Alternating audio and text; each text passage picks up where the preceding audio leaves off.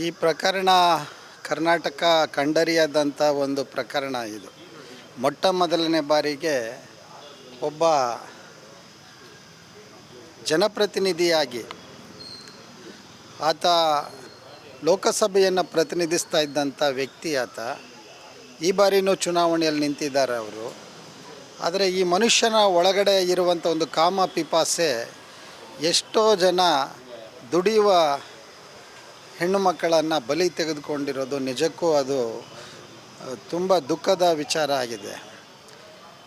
ಆದರೆ ಇದನ್ನು ಸಮರ್ಥನೆ ಮಾಡಿಕೊಳ್ತಾ ಇರುವ ರೀತಿ ಇದೆಯಲ್ಲ, ಅದು ನಿಜಕ್ಕೂ ಆ ಕುಟುಂಬಕ್ಕೆ ಅದು ಒಳ್ಳೆಯ ಹೆಸರನ್ನು ಕೊಡೋದಿಲ್ಲ.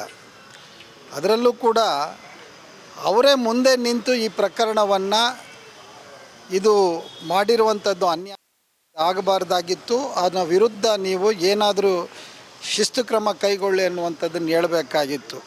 ಈ ದೇಶದ ಮಾಜಿ ಪ್ರಧಾನಿಗಳಾಗಿರ್ಬೋದು, ಇಲ್ಲಿ ಮುಖ್ಯಮಂತ್ರಿಗಳಾಗಿದ್ದಂಥ ಮಾಜಿ ಮುಖ್ಯಮಂತ್ರಿಗಳಾಗಿರೋರು ಇವರು ಹೇಳಬೇಕಾಗಿತ್ತು. ಆದರೆ ಇದು ಯಾವುದನ್ನೂ ಹೇಳ್ದಿರ ಒಂದು ರೀತಿಯಲ್ಲಿ ಅದನ್ನು ಪರೋಕ್ಷವಾಗಿ ಸಮರ್ಥನೆ ಮಾಡೋ ಮಟ್ಟಕ್ಕೆ ಇಳ್ಕೊಂಡಿರೋದು ಅವರ ನೀಚತನವನ್ನು ಇದು ಬಿಂಬಿಸುತ್ತೆ. ಅದರಿಂದ ಇವತ್ತು ನಾಡಿನ ಜನತೆ ಎಚ್ಚೆತ್ತುಕೊಳ್ಬೇಕು. ಇಂಥ ಮೃಗೀಯ ಮನಸ್ಸುಗಳು ಎಲ್ಲ ಕಡೆಯೂ ಇದ್ದಾವೆ. ಇದೇನು ಕೇವಲ ಹಾಸನಕ್ಕೆ ಸೀಮಿತ ಅಲ್ಲ.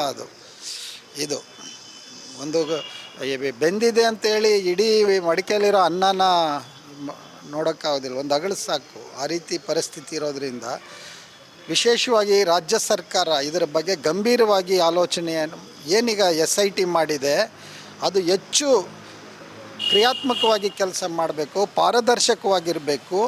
ಯಾವುದೇ ಕಾರಣಕ್ಕೂ ಹೈಡ್ ಆ್ಯಂಡ್ ಸೀಕ್ರೆಟ್ನ ಮಾಡಬಾರ್ದು, ಮುಚ್ಚುಮರೆಯಲ್ಲಿ ಮಾಡಬಾರ್ದು. ಮತ್ತು ಒಂದು ಕಾಲಾವಧಿಯಲ್ಲಿ ಈ ಪ್ರಕರಣ ಅದು ಏನು ಬೇಗ ಇತ್ಯರ್ಥಗೊಳ್ಬೇಕು. ಯಾಕಂದರೆ ಏನಾಗುತ್ತೆ, ಕೋರ್ಟ್ಗೆ ಹೋಗಿದ ತಕ್ಷಣ ನಮಗೆಲ್ಲ ಗೊತ್ತಿದೆ ಎಷ್ಟೋ ವರ್ಷಗಳ ಕಾಲ ಇದು ಎಳ್ಕೊಂಡು ಹೋಗುತ್ತೆ. ಅದರಿಂದ ನ್ಯಾಯ ಸಿಗೋದಿಲ್ಲ. ಸಂತ್ರಸ್ತೆಯರಿಗೆ ಕೂಡ ಅದರಿಂದ ಯಾವ ನ್ಯಾಯನೂ ಸಿಗೋದಿಲ್ಲ. ಸೊ ಆ ಕಾರಣಕ್ಕಾಗಿ ರಾಜ್ಯ ಸರ್ಕಾರ ವಿಶೇಷ ಕಾಳಜಿ ವಹಿಸಿ ಈ ಪ್ರಕರಣವನ್ನು ಒಂದು ಕಾಲಾವಧಿಯಲ್ಲಿ ಒಂದು ಗಡುವಿನ ಒಳಗಡೆ ಇದನ್ನು ಇತ್ಯರ್ಥ ಮಾಡಿಕೊಳ್ಬೇಕು. ಮತ್ತು ಇದು ಏನಿದೆ ಇದು ಒಂದು ಎಚ್ಚರಿಕೆಯ ಗಂಟೆ ಈ ರಾಜಕಾರಣಿಗಳಿಗಾಗಿರ್ಬೋದು ಅಥವಾ ಈ ವ್ಯವಸ್ಥೆಯಲ್ಲಿ ಇರುವಂಥವರಿಗೆ ಇದೊಂದು ಎಚ್ಚರಿಕೆಯ ಗಂಟೆ. ಈ ರೀತಿಯ ಸೋಗು ಹಾಕ್ಕೊಂಡು ಮಾಡ್ತಾ ಇರುವಂಥದ್ದು ಏನಿದೆಯಲ್ಲ, ಇದೆಲ್ಲವೂ ಕೂಡ ಬಯಲಾಗುತ್ತೆ ಅನ್ನುವಂಥದ್ದು ಕೂಡ ಆಗಬೇಕು. ಇವತ್ತು ಯಾರು ದುಃಖಿತರಿದ್ದಾರೆ, ಸಂತ್ರಸ್ತೆಯರಿದ್ದಾರೆ, ಅವರ ಜೊತೆಗೆ ನಾವಿದ್ದೀವಿ, ಅವರ ಪರವಾಗಿ ನಾವು ಇರ್ತೀವಿ. ಮತ್ತು ಈ ಪ್ರತಿರೋಧ ಏನಿದೆ ಇದು ನಾಡಿನಾದ್ಯಂತ ಇವತ್ತು ಈ ಪ್ರತಿರೋಧ ಇದು ಆರಂಭ ಆಗಬೇಕಾಗಿದೆ. ಕೇವಲ ಕೆಲವು ಪ್ರಾದೇಶಿಕವಾಗಿ ಯೋಚನೆ ಮಾಡೋದಾಗಲಿ ಅಥವಾ ಕೆಲವು ಮಿತಿಗಳಲ್ಲಿ ಯೋಚನೆ ಮಾಡೋದಾಗಲಿ ಆಗಬಾರದು.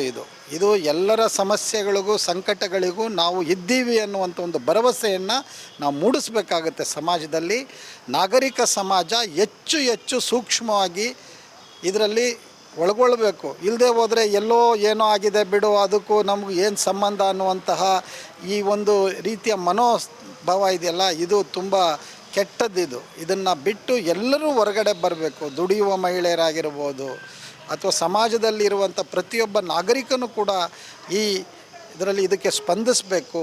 ಆ ಕಾರಣಕ್ಕಾಗಿ 30ನೇ ತಾರೀಕು ಹಾಸನದಲ್ಲಿ ಹಮ್ಮಿಕೊಂಡಿರುವಂತಹ ಪ್ರತಿಭಟನಾ ಸಮಾವೇಶ ಇದೆಯಲ್ಲ, ಇದು ಒಂದು ಜಾಗತಿಕ ಮಟ್ಟದಲ್ಲಿ ಅದು ಗೊತ್ತಾಗೋ ರೀತಿಯಲ್ಲಾಗಬೇಕು. ಆ ಕಾರಣಕ್ಕಾಗಿ ಎಲ್ಲ ಜನಪರ ಚಳವಳಿಗಳಾದಿಯಾಗಿ ವಿದ್ಯಾರ್ಥಿಗಳು, ಯುವಜನರು ಮತ್ತು ಎಲ್ಲರೂ ಇದರಲ್ಲಿ ಸಕ್ರಿಯವಾಗಿ ಭಾಗವಹಿಸಬೇಕು. ಜೊತೆಗೆ ಎಲ್ಲ ನಾಗರಿಕರು ಇದು ನಮಗೆ ನಮ್ಮ ಕುಟುಂಬದ ಆಗಿರುವಂತಹ ಒಂದು ಸಂಕಟ ನೋವು ಅನ್ನುವಂಥ ರೀತಿಯಲ್ಲಿ ಅದಕ್ಕೆ ಸ್ಪಂದಿಸಬೇಕಾಗುತ್ತೆ. ಹಾಗಾಗಿ ಇವತ್ತಿನ ಅದಕ್ಕೆ ಪೂರಕವಾಗಿ ನಡೆದಿರುವಂಥ ದಲಿತ ಬಂಡಾಯ ಸೌಹಾರ್ದ ಏನೋ ಒಂದು ನಮ್ಮ ಒಕ್ಕೂಟ ಇದೆ, ಅದು ಅದಕ್ಕೆ ಬೆಂಬಲ ವ್ಯಕ್ತಪಡಿಸಿದೆ. ನಾವೆಲ್ಲರೂ ಕೂಡ ಈಗಾಗಲೇ ಕಾರ್ಯಪ್ರವೃತ್ತರಾಗಿದ್ದೀವಿ.